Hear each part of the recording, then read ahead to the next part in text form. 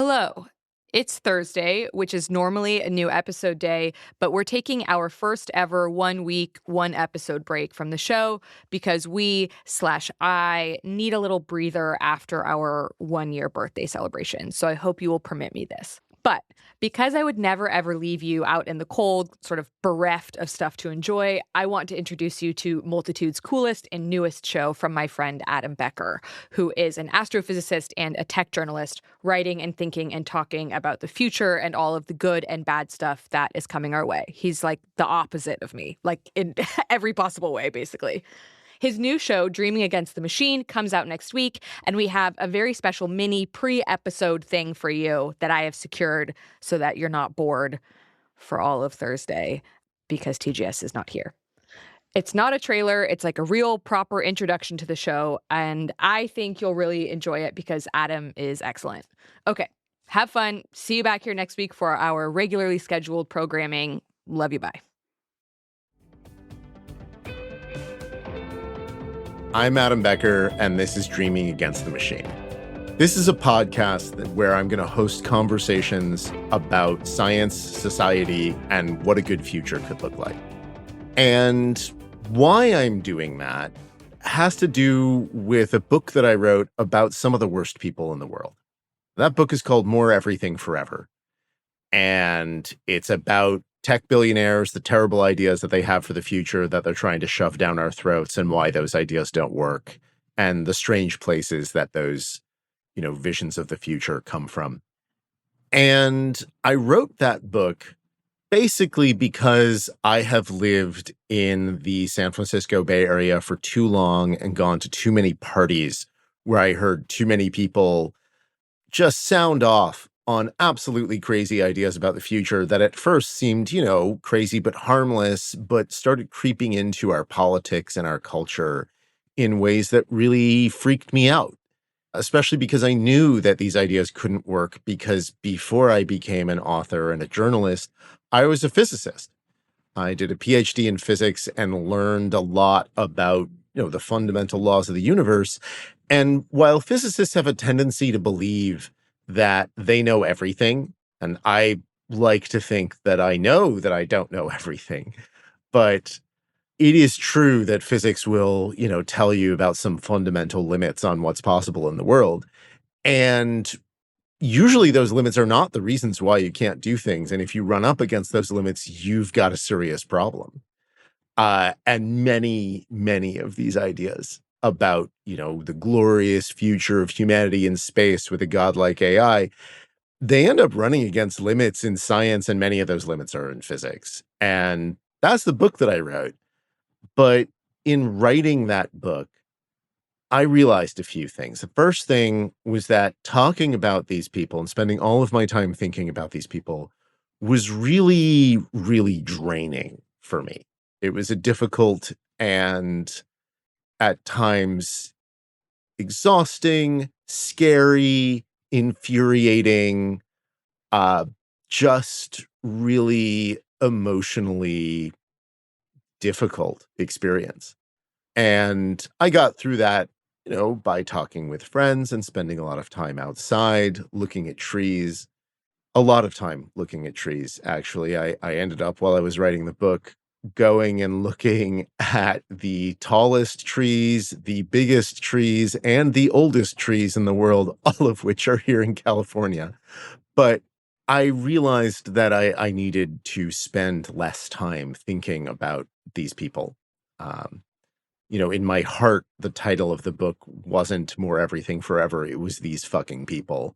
And I can't spend all of my time thinking about these fucking people. But the other thing that happened, and this was unexpected, one of the wonderful and strange things that happens when you write a book is, at least when I do it, I sit down and I have an outline that I write because I have this vision of how the book is going to be in my head. And then, sometimes I break up that outline into sub-outlines, one for each chapter, or each section of each chapter. And then I go through and, do it and write it. But the writing, of course, never completely sticks to the plan. It's like having a map of a hiking trail except the map is 50 years old and was created before they even first, blazed the trail in the first place. And when you get there, you find, oh, the actual route of the trail is different from the map, and I lose it in some spots. And also there's been maybe a giant snowstorm or two that has knocked over a large number of trees and caused a stream to flood. And there's a lot of places where I just have to go and do something pretty different from what I thought I had to do. And there's no place where this is more important in a book than at the very beginning and the very end. And I thought that my book was going to have to end with me giving a positive vision of what I wanted the future to look like, because I spent the whole book talking about these really unbelievable dystopian and utopian visions of the future, all of which are horribly broken. And even the utopias are really just utopias for a few and dystopias for the rest of us. And that's a lot of what I wanted to get across to the readers in the book, is that, like, even if these ideas did work, which they don't, they aren't good ideas. They are bad scientifically, politically, sociologically, philosophically, you name it. But as they say, criticism is easy, building something is harder, right? And I think that in a way, writing a book is a form of building something, even if that book is filled with criticism. I think we need criticism. It's important. It's part of the job of journalism. And I am certainly a journalist. But when it came time for me to write the end of the book, I had this big old blank space that said, talk about what a good future would look like. And I tried to do that and it didn't work. And I tried again and it didn't work. And it wasn't until I came across a quote from one of my favorite authors, George Orwell, that I realized what was going wrong. And I went and talked with my editor about it, and he said, yeah, just put that in the book. And what Orwell said was that most people who imagine utopia are like someone who has a toothache, who thinks that happiness consists in not having a toothache. They've confused something that was good because it was temporary with something that should be a permanent state of affairs. That's not a direct quote, but it's close. It's pretty much what Orwell said. And then he goes on to say that, we can't really come up with a utopia. The best we can do is say, well, the future should proceed along certain lines. We have certain goals in mind, but we can't picture what an entire good future looks like in every detail. It's not possible. And I think he's right. And I use that to change the ending of my book to talk about one specific problem and specific solution to that problem, rather than coming up with a whole fantastical vision of a fully realized utopia. But at the end of the day, when I was done with the book, it was off to the editor. A few days after the final edits was the 2024 election, and Trump won, and I was devastated because he's a monster and a fascist, and he's making the world a worse place for everyone on it, including himself, I think, but maybe that's a separate conversation. But I started thinking about hope and started thinking about, where can I find hope? And when the book came out the following April, and I went around and started giving talks about it, I just kept meeting people who were filled with despair. Doge was in full swing, something that I had actually written about in the book before it happened, because they had these fucking people had said that was what they wanted to do. And then they went off and did it. And it was even more horrible than we all thought it was going to be. And people kept asking me, they've won. What can we do? Where is the hope? And I'd like to think that now, more than a year after that, or about a year after that, there's more obvious grounds for hope. We have seen a rising tide of backlash against the tech oligarchs, against the flood of AI slop that has taken over the internet. And we've also seen some political developments here in the US that, against the horrifying background of the destruction and incompetence of this administration, there's still some reason for hope, and the elections that we've had have gone pretty well. But I think that part of the reason I wasn't able to come up with a utopia is not just what Orwell said. It's also what a friend of mine, Shazida, who's going to be on this podcast at some point, she said to me, coming up with good ideas about the future is something that we have to do in community.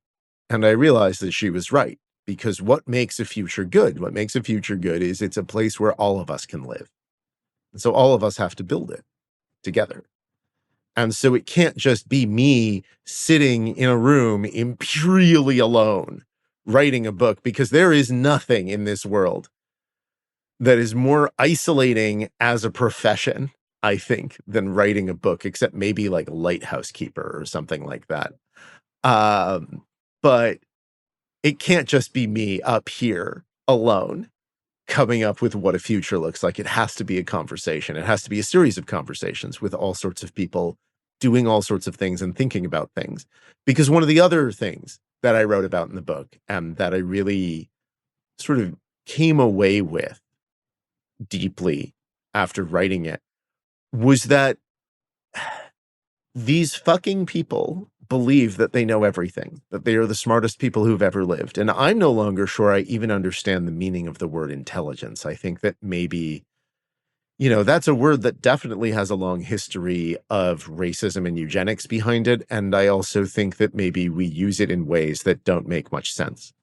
But what I know for sure is that I don't know everything, and that there are a lot of really important things that I have no expertise in.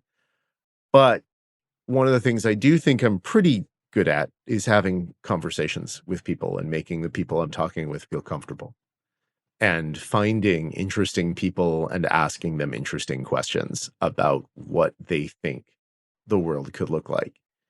And with my training as a scientist that I carry with me everywhere, whether I want to or not, that brings me a different perspective. And my hope for this show is that with these conversations, with all of these different people, we, you, the listener, me, and my guests, and the wonderful team I have working with me on this podcast, that we can all start dreaming of a better future, one that doesn't involve this gigantic inhuman force that I have perhaps grandiosely dubbed the machine. I don't want to rage against the machine. When I was brainstorming titles for this podcast, I wrote down Rage Against the Machine, and then I put in parentheses after that, name already in use.